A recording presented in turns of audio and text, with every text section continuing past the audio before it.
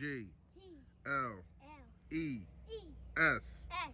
Eagles! Eagles! Say fly, Eagles, fly. Fly, Eagles, fly. Fly, Eagles, fly.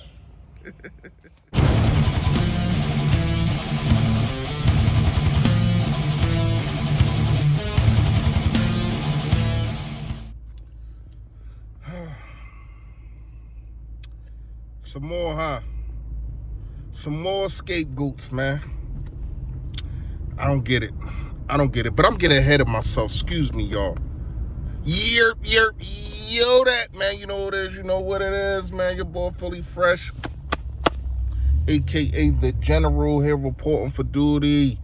Yes, make sure you hit that sub button right there, man. I appreciate it, man.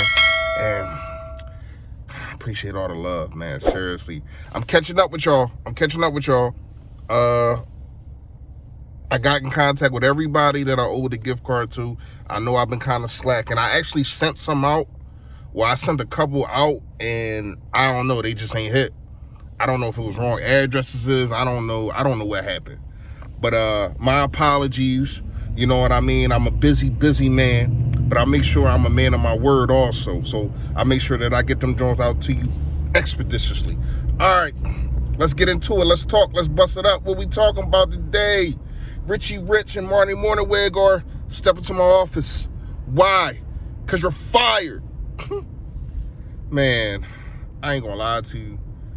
I would have liked to see either one of them be the OC. I would have liked to see either one of them take command and take control of this offense. I would have liked to see either one of them two in situational football, like how Doug was throughout the whole year, and see how they would have reacted. I would have liked to see that. But yet and still, we don't see none of that. And especially Richie Rich to me more than Morningwig. I felt as though that was going to be the guy that stood out of all the guys that they brought over. You know what I mean? From what he did in his past, I think he worked with Colin Kaepernick, dudes like that, and for him to not even really get a chance. So the offense, I can't really say the offense was changed this year, even though it just looked like it's missing so many things. I can't really say that it was changed, but my thing is, what do you do now? Now that you got rid of these dudes, right? You got rid of these guys. Are you going to go with an OC? Are you going to tell Doug it's time to give up play calling? Or is Doug saying them guys was holding me back? And he's basically saying they're the reason that this offense look how it look. Which listen, if that's what he trying to do, man, I don't know who the hell he trying to convince that of, because most of it was situational football. But just like he tried to convince us that he think he did a good job play calling. He did a good job of situational football this year. That's what Doug could tell you. Come on, man. Stop talking to us like we don't know football. You and Howie, stop talking to us as a fan base. This is a very intelligent fan base that knows football, that knows when you shouldn't do things and when you should do them. Now, do we get emotional, too emotional sometimes? Hell yeah, we do. But we are not a dumb fan base that's just going to listen to anything that you throw at us. Who goes now? Because you done already fired. It's more scapegoats to me, man. You already fired Jim Schwartz.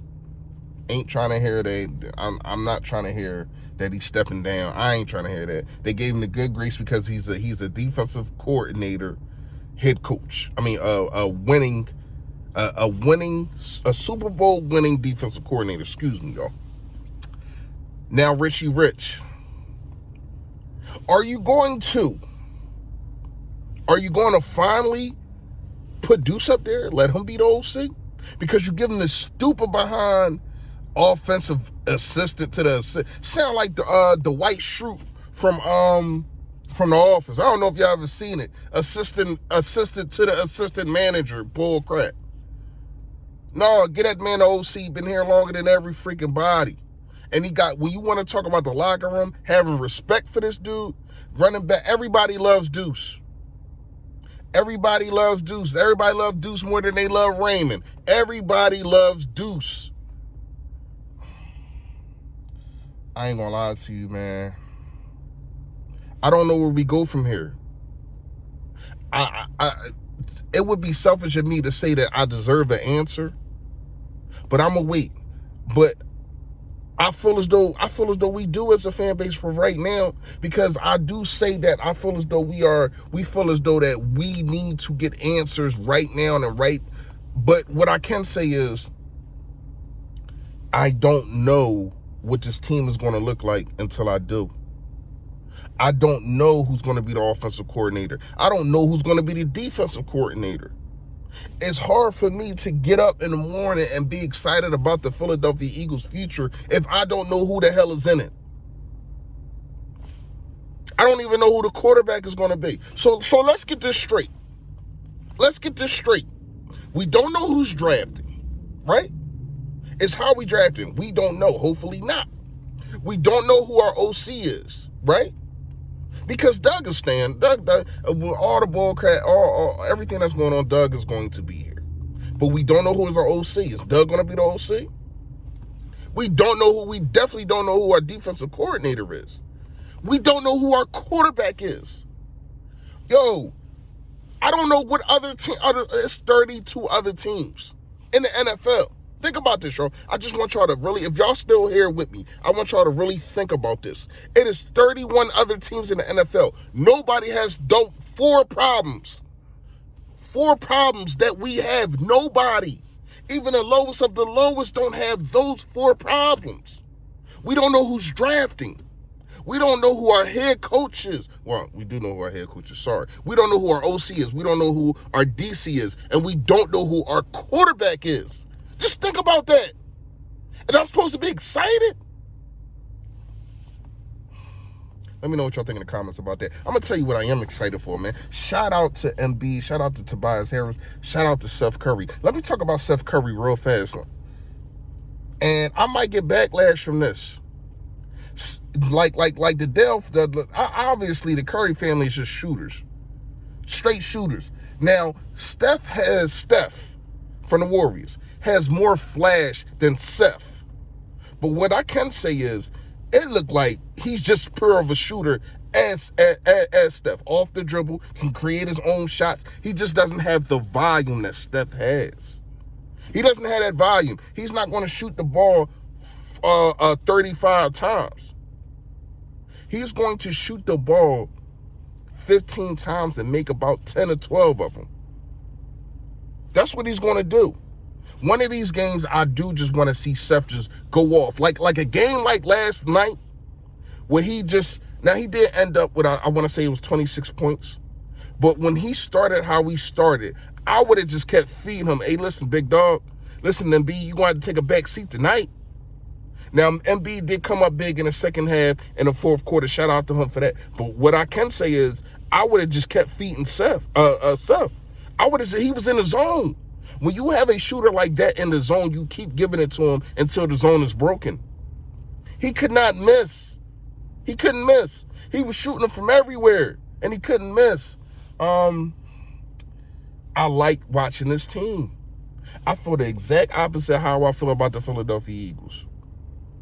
I like watching this team. I like Tobias Harris coming into his own. I even like watching Dwight Howard. To me, it's not that big of a drop-off defensive-wise. All right, I might be getting ahead of myself when I say this. It's not, let me rephrase it. It's not that big of a drop-off defending the rim, not just defense. Defending the rim, just the rim. When you talk about Embiid and Embiid and Dwight Howard, excuse me. Yeah, I was about to say something crazy, y'all. I was about to say that the defense was, no. Embiid can guard damn near three to four positions. Probably can't guard a point guard, but some of these he can stay with some of these shooters and all that kind of stuff. These shooting guards and these small forwards and these power forwards, damn sure these centers. So I can't say that. I'm just talking about actually protecting the rim, getting blocked shots and all that. I think we lead the league in blocked shots, and a lot of that is because of Dwight Howard. We like 7.7 blocks a game. Wow. You know what I mean? So many categories that we are first in. 3-point percentage, defensively 3-point percentage. Now, last night was just a back and forth, big offensive explosion game. But I'm kind of glad that we've seen that, because we've seen that we can hang with them by scoring points. And also defend it. If the defense ain't going well that game, all right, let's put up these points. And we seen when we put up 130 something. You know what I mean? So I really like what I'm seeing from these Sixers, man. It's little things that I can complain about. I felt as though the defense attitude wasn't there like how it usually was. But Bradley Beal is he's just a monster. He's one of the most underrated players in the game to me, and I've been saying that for a while. I always thought he was better than John Wall. People laughed at me. No, this dude gets buckets. So what I can say is I think that we can do better defensively, and I know that we can do better. I think Doc is making the right rotations. He's bringing, I like how many minutes Embiid playing, like 35 minutes. You know what I mean? Got him on. It looked like he in shape. I don't know what he did. I don't know if it was him. I don't know if it was Doc.